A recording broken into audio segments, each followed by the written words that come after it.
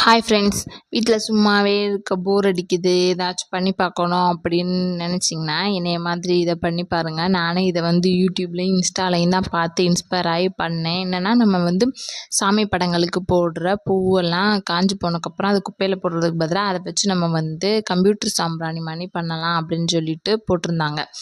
சரி, இதில் எந்த செலவும் இல்லையே, நம்மளும் இதை பண்ணி பார்ப்போம், வீட்டில் இருக்க பொருள் வச்சு தானே அப்படின்னு சொல்லிட்டு நானும் ரெடி பண்ணிட்டேன். பூக்கள் நல்லா காஞ்சக்கப்புறம் அதை ஒரு மிக்ஸி ஜாரில் போட்டு அதோட நான் அந்த பிளேட்டில் காமிச்சேன்ல அந்த இன்க்ரீடியன்ட்ஸ்லாம் போடணும். போட்டுட்டு நல்லா அரைச்சிடணும். அது அரைய கொஞ்சம் லேட் ஆகும், கொஞ்சம் கொஞ்சமாக தான் அரையும். ஏன்னா நம்ம தண்ணி ஊற்றாமல் அரைக்கிறனால அது கொஞ்சம் அரைய லேட் ஆகும்.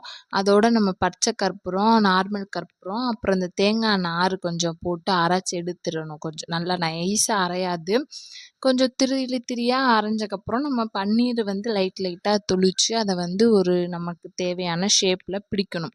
பிடிச்சோடனே இப்படி கையில் நின்றுச்சுன்னா அது ஓகே.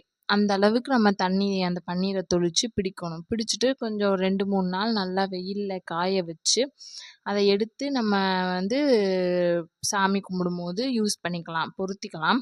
பட் நான் காய வச்சக்கப்புறம் பொருத்தி பார்த்தப்போ நல்லா எரிஞ்சிச்சா, புகை வந்துச்சா அப்படின்னு கேட்டால் இல்லை, வேஸ்ட் ஆஃப் டைம். அதனால் யாரும் ட்ரை பண்ணாதீங்க. ஏன்னா இது எரிய மாட்டுது. நம்ம கடையில் வாங்குற